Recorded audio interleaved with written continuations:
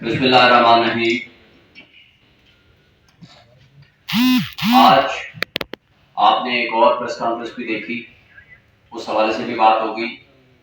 P T I کو جو جلسوں سے روکنے کی جس مونڈی انداز سے کوشش کی جا رہی ہے اس سے بھی بات ہوگی، اور جس طرح اغوا برائے بیانات ہو رہے ہیں اس پہ بھی بات ہوگی، اور جس طرح الیکشن کو وقت سے پہلے پولیٹیکل انجینئرنگ کی جا رہی ہے اور پری پول ڈگنگ کی جا رہی ہے، اور جس طرح مجرموں کو مسند اقتدار پر پہنچانے کی پلاننگ کی جا رہی ہے اس پہ بات ہوگی۔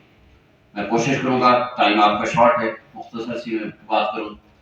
دیکھیں، پی ٹی آئی نے 100 سے زائد مقامات پہ مختلف جگہوں پہ درخواستیں دی کنسرن کوارٹرز کو کہ ہمیں جلسے کرنے کی اجازت دی جائے۔ جواب میں کیا ملا؟ کسی ایک جگہ پہ بھی جلسے کی اجازت نہیں ملی۔ کیا ہم اس کو لیول پلینگ فیلڈ کہیں گے؟ کیا ہم اس کو فری اینڈ فیئر الیکشنز کی بات کریں گے؟ کیا جو نگران حکومتیں، سو کارڈ نگران حکومتیں اپنے آپ کو انڈیپینڈنٹ اینڈ امپارشل کہہ رہی ہیں، کیا وہ امپارشل ہیں؟ اور کیا ہمارا الیکشن کمیشن ان کے آنکھ اور کان بند ہیں، وہ یہ سارے نہیں دیکھ رہے؟ ارسپیکٹو کہ دو صوبوں میں آج بھی غیر آئینی حکومتیں پچھلے 10 مہینے سے بیٹھی ہوئی ہیں، اور مزید 90 ڈیز میں الیکشن نہ کرانا نیشنل اسمبلی کا بھی اور باقی دو صوبوں کا بھی اس بات کو تقویت دیتا ہے کہ یہاں سارے کام غیر آئینی ہونے ہیں۔ آپ توہین قرآن مجید کے جو مظاہرے تھے اس سے لے کر 14 اگست والے دن جو ہمارے پی ٹی آئی کے ورکرز پاکستان کا جھنڈا اور پی ٹی آئی کا جھنڈا لے کر چلے، اور جو فلسطین کے حق میں مظاہرے کیے، ان سب کے خلاف مقدمات درج کر کے ان کو بند کر دیا گیا، جبکہ تمام پولیٹیکل پارٹیز نے اپنے مظاہرے بھی کیے، جلوس بھی نکالے، اور ان کو ہر طرح کی اجازت تھی۔ اسی طرح آپ نے دیکھا ہے تمام پولیٹیکل پارٹیز اس وقت اپنے جلسے جلوس کر رہی ہے، سوائے پی ٹی آئی کے ان کو اجازت نہیں دے رہی۔ کرک میں جلسہ کرنے کی کوشش ہوئی تو سیدھی گولیاں ماری ہمارے کارکنوں کو۔ سملرلی مردان میں اور سوات میں ہمارے کارکنان نے بند کمرے کے اندر، یعنی 4 دیواری کے اندر جو کارکنان کی میٹنگ تھی، ان کے خلاف مقدمات درج کر کے جیلوں میں بند کر دیا گیا۔ کیا یہ انصاف ہے؟ کیا یہ لیول پلینگ فیلڈ ہے؟ کیا تمام پولیٹیکل پارٹیز کو ایک طرح کا موقع مل رہا ہے؟ ہمیں تو سانس لینے کی اجازت نہیں ہے، لیول پلینگ فیلڈ تو دور کی بات ہے۔ اب میں آتا ہوں کہ کس طرح قانون اس لیے ہوتا ہے کہ لوگوں کو حفاظت کرے۔ یہ ریاستی ادارے ہمارے، جس کے اوپر یو این ڈی پی کی رپورٹ کے مطابق $18 بلین عوام کا پیٹ کاٹ کے ان کو ہم مفت مراحت دیتے ہیں، $18 بلین سالانہ۔ لیکن وہ کر کیا رہے ہیں؟ آج وہ یہ کر رہے ہیں کہ عوام کی سب سے مقبول پولیٹیکل پارٹی کو کرش کرنے کے لیے یہ عوام کا پیسہ استعمال کر رہے ہیں۔ یہ ظلم ہے، ناانصافی ہے، بددیانتی ہے۔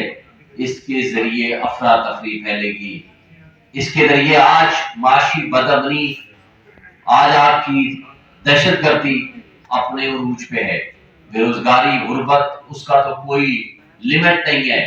آج معاشی تباہی جتنی ہونی تھی اس سے زیادہ ہو چکی ہے، اور وہ پچھلے 16 مہینے کی کارکردگی آپ سب کے سامنے ہے۔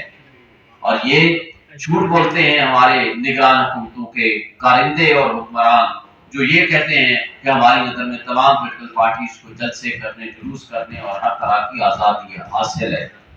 میں مطالبہ کرتا ہوں تمام کنسرن اداروں سے، تمام کنسرن پبلک لوگوں سے، جو اس وقت جو فیلڈ میں بیٹھے ہوئے ہیں، جن کے ہاتھوں میں اقتدار اور اختیار ہے، کہ کیا آپ منصف کی کرسیوں پہ بیٹھ کے اس طرح کے غلط ایگزیکٹو آرڈر پاس کر کے اپنے آپ کو اللہ کے ہاں، اپنے آپ کو عوام کے سامنے، جو کہ آپ جواب دہ ہیں، آپ پبلک سرونٹ ہیں، کیا آپ انصاف کر رہے ہیں؟ آپ نے دیکھنا ہے، اور اگر نہیں کر رہے تو آپ کا احتساب ہوگا، اللہ کے ہاں تو ہوگا۔ اس دنیا میں انشاءاللہ آپ کا احتساب ہوگا۔ وہ وقت آج اگر نہیں آیا تو ان قریب آئے گا، لوگ عوام آج بھی عمران خان کے ساتھ کھڑے ہیں.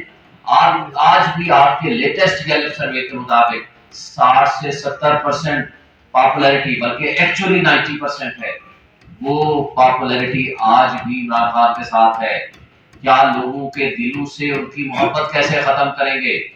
کیا یہ ڈر خوف جب ظلم بربریت پیدا کر کے اس ماحول میں جو آپ متنازع الیکشن کرائیں گے اس کی کیا ویلیو ہوگی، کیا لیگلٹی ہوگی؟ اور اس متنازع الیکشن کے نتیجے میں جو حکومت آئے گی کیا وہ 6 مہینے یا 1 سال ہی چل پائے گی؟ کیا آپ سیاسی عدم استحکام ختم کرنے میں کامیاب ہو پائیں گے؟ کیا تمام اسٹیک ہولڈرز کو اس بات کا احساس ہے کہ آج آپ کے پاس گنجائش نہیں ہے، آپ گنجائش ختم کر چکے ہیں کہ یہ ملک متحمل نہیں ہو سکتا آپ کے غیر متنازع الیکشنز کا؟